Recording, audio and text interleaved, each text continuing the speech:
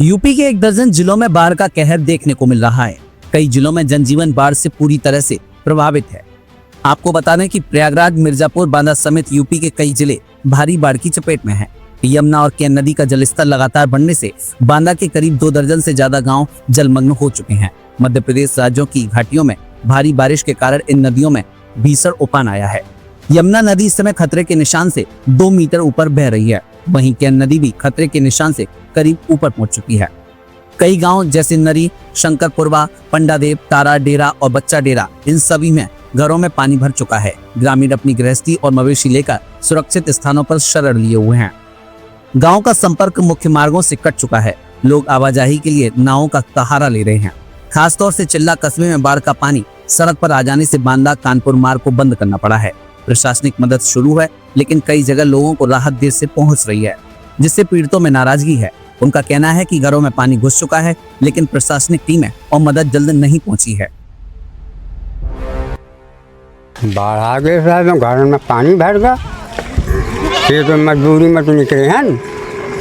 अरे समस्या का है, घर छोड़ के आ गए हैं जानवर, और फिर जानवर लेके आए हम। अब घर में जाऊँ ना, लड़का बच्चा जब दाना दूध नहीं चढ़ाओ थे भूसा भूसा। प्रशासन से कोई मदद कुछ नहीं। कितने ऐसे परिवार हैं जो परेशान हैं बाढ़ से? तो कितने घर होंगे, कितने परिवार? 50 परिवार।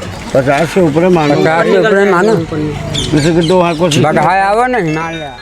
ये वजह है कि यहाँ धारा फूट गया, हमारे घरों में पानी भर गया है। कितने ऐसे घर होंगे जो प्रभावित है? अभी यहाँ पर 60-70 घर तो साहब निकल चुके हैं।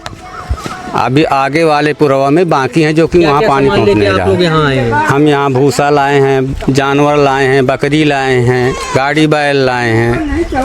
घर में आपके कितना पानी भर गया है? घर में हमारे टाँक भर पानी है सर, गल्ला ऊपर चढ़ा रहे हैं। अच्छा, क्या क्या समस्याएं आ रही हैं आप लोगों को? समस्या अभी यहाँ तक तो कोई मदद नहीं मिली सर। क्या चाहते हैं आप लोग?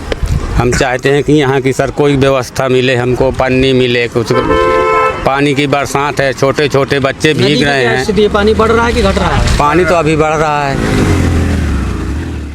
वहीं दूसरी तरफ प्रशासन का कहना है कि हालात पर उनकी पूरी नजर है। हर बाढ़ चौकी को अलर्ट कर दिया गया है और निगरानी जारी है। डीएम रीवा ने साफ किया कि जरूरत पड़ने पर ही बड़ी निकासी की जाएगी। बांदा में प्रशासन ने नाव का इंतजाम कराया है और राहत सामग्री वितरण शुरू कर दिया है। बाढ़ के हालात को देखते हुए पूरे राज्य में सीएम योगी आदित्यनाथ खुद राहत कार्यों की कमान संभाले हुए हैं। मुख्यमंत्री ने टीम 11 गठित कर प्रभावित जिलों में रात्रि विश्राम समेत हर वक्त सक्रिय रहने के निर्देश दिए हैं। सभी मंत्री फील्ड में हैं और मुख्यमंत्री लगातार फीडबैक ले रहे हैं। सीएम ने निर्देश दिया है कि जन धन की सुरक्षा सर्वोपरि है। सभी जिलों को अलर्ट मोड पर रखा गया है। राहत और बचाव कार्यों में एसडीआरएफ, एनडीआरएफ और पीएसी की टीमें तैनात हैं। सिर्फ बांदा में 43 नाव, 47 बाढ़ चौकियां लगाई गई हैं और 1375 से ज्यादा लोगों को सुरक्षित स्थानों पर शिफ्ट किया गया है। राहत वितरण पर विशेष जोर दिया गया है। खाद्यान्न, दवाएं, पेयजल, पशु चारा जैसी बुनियादी वस्तुएं बाढ़ पीड़ित गांव में पहुंचाई जा रही हैं। भारी पानी और जलभराव के चलते दलित और पिछड़े वर्ग के कई गांव सबसे ज्यादा प्रभावित हैं। वहां कच्चे मकान गिरने की कगार पर हैं और खुले में रहना मजबूरी बन गया है।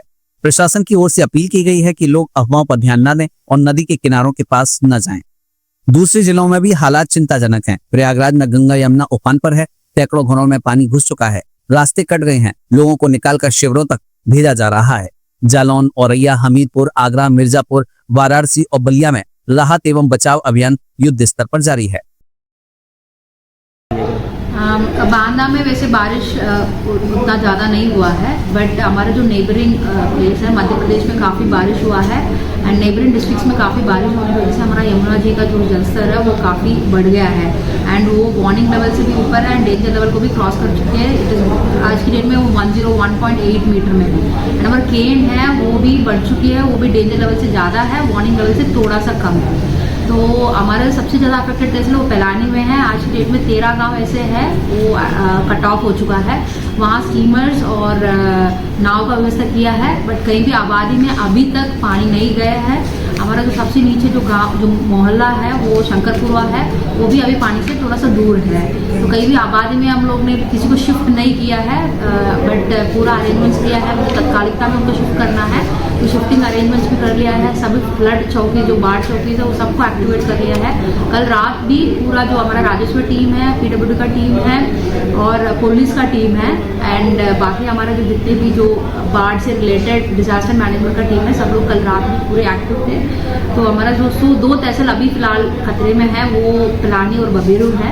वी आर कॉन्स्टेंटली वॉचिंग, अभी फिलहाल कोई इशू नहीं है। मैम, अगर जलस्तर बढ़ता है ऐसी स्थितियों में क्या तैयारियां की जाएंगी? हमारे 3-4 जो गांव है वो चिन्हित किया है। मतलब सबसे पहले इनके जलस्तर बढ़ेगी तो सबसे पहले कौन सा गांव अफेक्ट होगा, मतलब किसका घर में पानी, किसकी आबादी अफेक्ट होगा, वो ऑलरेडी हमने चिन्हित करके रखा है। जैसे हमने 2-3 गांव अभी पिलानी में लिया है और हमारा जो बबेरू में अगासी गांव है सबसे पहले वही अफेक्ट होती है। तो वहाँ हम लोगों ने पर्टिकुलरली पूरी 24 घंटे का टीम लगा रखा है ताकि जैसे जलस्तर बढ़ेंगे तो उन लोगों को शिफ्ट करने का कार्रवाई की जाए। मैडम, जैसे देखा जा रहा है कि कई रफ्ते डूब गए हैं, वहाँ से लोग जान जोखिम में डाल के निकल रहे हैं, इस पर क्या डायरेक्शन है? हाँ, जितने भी रफ्ते हैं वहाँ हमने पुलिस का, मतलब कहाँ रफ्ते बंद हो चुकी है वहाँ हमने पुलिस का टीम इसलिए लगा रखा है ताकि कोई ऐसे वहाँ अपने ऊपर प्राइवेट गाड़ी में ना जाए।